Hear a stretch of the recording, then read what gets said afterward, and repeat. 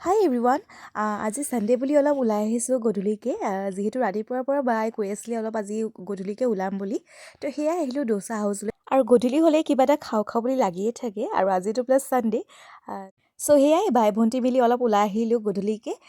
এতিয়া অৰ্ডাৰখন দি দিলোঁ বাৰু। আৰু কেতিয়াবা এনেকৈ গধূলিকৈ ওলাই আহিলে মনটো অলপ ফ্ৰেছ লাগে আৰু ভালো লাগে। বাৰু এয়া চাব পাৰিছে আমাৰ অৰ্ডাৰো আহি গ'ল।